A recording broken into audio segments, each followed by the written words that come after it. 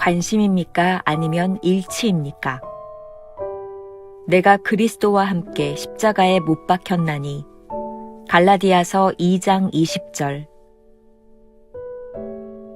영적으로 절대적으로 필요한 것은 죄성이 죽었다는 증서에 서명을 하는 것이며, 감정적인 표현과 지적인 믿음을 모두 동원해 죄성, 곧 나 자신의 권리 주장을 버리겠다고 선포하는 것입니다. 바울은 내가 그리스도와 함께 십자가에 못 박혔다고 말합니다. 그는 예수 그리스도를 닮기로 작정하였다거나 그분을 따르기를 노력할 것이다 라고 말하지 않았습니다. 대신 그리스도와 함께 하나로 일치되어 십자가에 못 박혔다라고 말합니다. 우리가 이러한 영적인 결정을 내리고 그 결정에 따라 행하면 주께서 우리를 위해 십자가상에서 이루어 놓으신 모든 일들이 우리에게 역사하기 시작합니다. 기꺼이 나 자신을 온전히 주님께 드리면 성령께서 예수 그리스도의 거룩을 내게 부여하십니다. 이제는 내가 산 것이 아니라. 사람의 개성은 여전히 남아있지만 그 마음을 다스리던 성향은 완전히 바뀌게 됩니다. 그의 몸은 여전히 같지만 자신의 권리를 주장하던 과거 사탄의 권세는 제거됩니다. 이제 내가 육체 가운데 사는 것은 내가 원하는 삶도 아니고 기도를 통해 소원하던 삶도 아닙니다. 지금 이 죽을 육체 가운데 사는 삶을 말합니다. 그러나 모든 사람이 볼 수 있는 삶으로 하나님의 아들을 믿는 믿음으로 사는 삶입니다. 이것은 예수 그리스도를 믿는 바울의 믿음이 아니라 하나님의 아들께서 바울에게 부여하신 믿음입니다. 바로 하나님의 아들이 소유하셨던 믿음입니다. 이 믿음은 모든 의식적인 경계를 넘어서서 하나님 아들의 믿음과 일치된 믿음입니다. 오늘은 3월 21일 관심입니까? 아니면 일치입니까? 이런 제목으로 말씀을 나눠보겠습니다. 첫 번째 주제, 죽는다는 것은. 갈라디아서 2장 20절은 복음의 핵심이자 사도 바울의 가장 중요한 신앙 고백입니다. 여기에서 우리는 그리스도와 함께 죽는다는 것과 이제는 내가 사는 것이 아니다 라는 의미를 분명하게 알아야 합니다. 우리 신앙의 출발점은 죄성이 죽었다는 사실에 근거합니다. 챔버스는 우리의 감정적인 표현과 지적인 믿음의 모든 것을 동원해 죄성, 즉 나 자신의 권리가 죽었음을 선포해야 한다고 말합니다.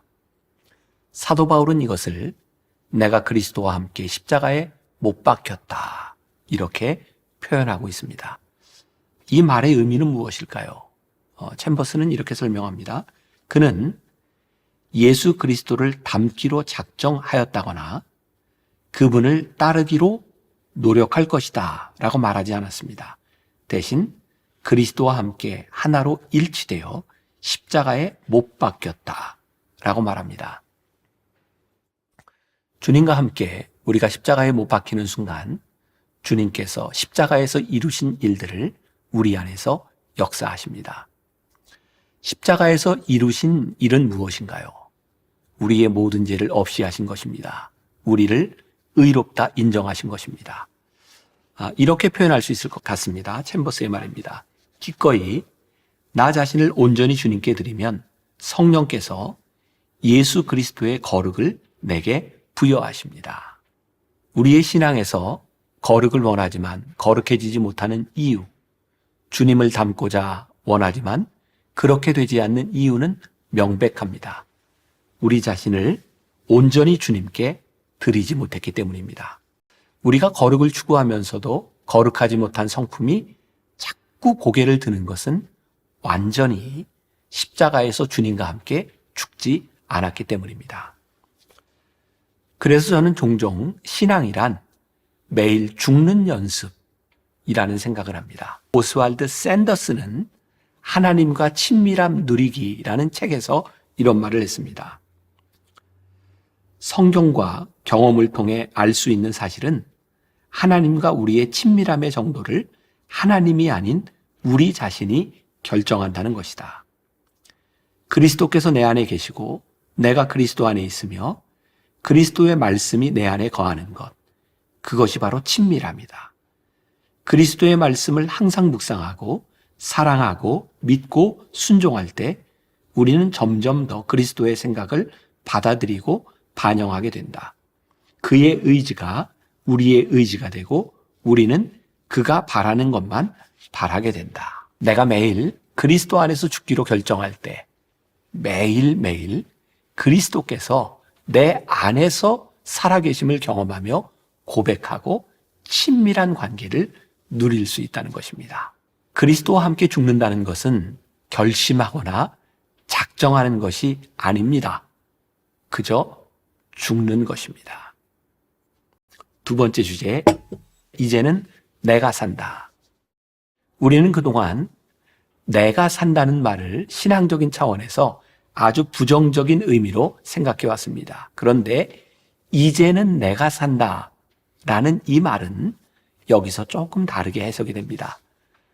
내가 완전히 죽기 전에는 나의 개성이 여전히 남아있지만 십자가에서 완전히 죽은 후에는 이전의 나의 마음을 다스리던 성향이 완전히 바뀝니다. 십자가에서 완전히 죽은 내가 이제는 살아서 주장하지만 더 이상 사탄의 권리를 찾아볼 수 없는 것이죠. 갈라디아서 2장 20절에 이제 내가 육체 가운데 사는 것은 어떤 의미일까요? 내가 육체 가운데 사는데 내가 사는 것이 나를 위해 죽으신 주를 위해 사는 것입니다. 이것은 자신이 믿는 믿음으로 사는 것이 아니라 하나님께서 부여해 주신 믿음으로 살게 되었다는 바울의 고백입니다. 내가 완전히 십자가에서 죽기 전에는 나의 믿음으로 살아보려고 발버둥을 쳐보지만 실패하고 낙담합니다. 하지만 십자가에서 죽은 후에는 내 안에 하나님께서 폭포수처럼 부어주시는 은혜로 살아갑니다. 이제 믿음은 나의 의지가 아니라 하나님께로부터 나오는 것이 됩니다. 우리는 종종 이런 표현을 씁니다. 죽음을 같이 한 친구보다 더 깊은 관계는 없다. 죽음의 고비를 같이 넘어가고 죽음의 순간을 지켜줄 수 있는 친구를 향해 우리는 친밀함이라는 표현을 쓸 수 있을 것 같습니다. 그런데 우리가 주님과 함께 죽고 주님과 함께 살았다면 그 친밀함의 정도를 어떻게 표현할 수 있을까요? 하나님께서 우리에게 가장 원하시는 것은 바로 이 친밀함입니다. 나준석 목사님이 그분이 쓴 친밀함이라는 책인데 이런 구절이 있습니다. 하나님의 친밀하심을 경험하는 것이 사역의 시작입니다. 여호와의 친밀하심을 경험하는 시간이 예배입니다. 이것이 헌신의 시작입니다. 당신을 품에 안고 하나님의 비밀을 말씀하시는 것을 경험하십시오.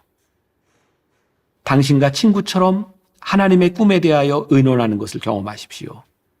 하나님에 대하여 아무리 지식이 많아도 친하지 않으면 소용이 없습니다. 하나님과의 친밀함을 경험하십시오.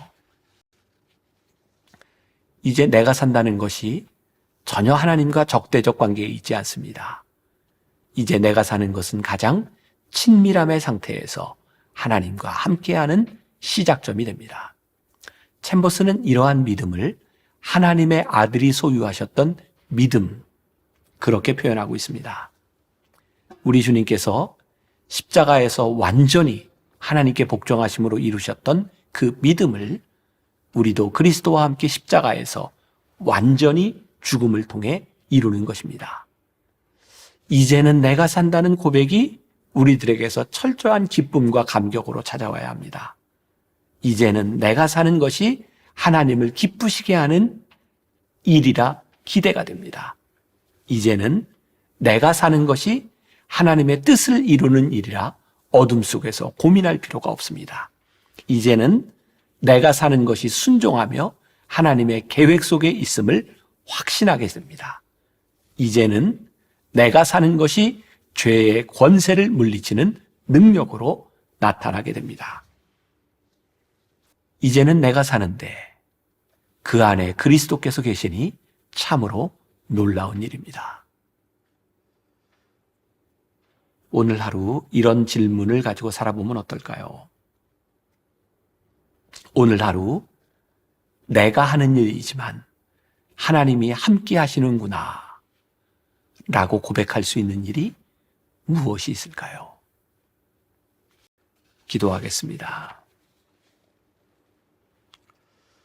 우리가 말로는 그리스도와 함께 죽었다라고 말하지만 완전히 죽지 않을 때가 많이 있었습니다.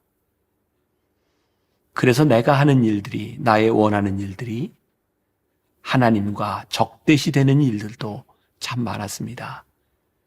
그런데 오늘 우리가 바라는 것, 내가 그리스도와 함께 죽었으니 이제 내가 사는 것도 유익하니라. 내가 사는 것이 그리스도와 함께 사는 것, 하나님의 뜻을 이루는 것, 하나님을 기쁘시게 하는 일이 되는 그 기쁨을 누리는 하루가 되게 하여 주옵소서. 예수님의 이름으로 기도했습니다. 아멘.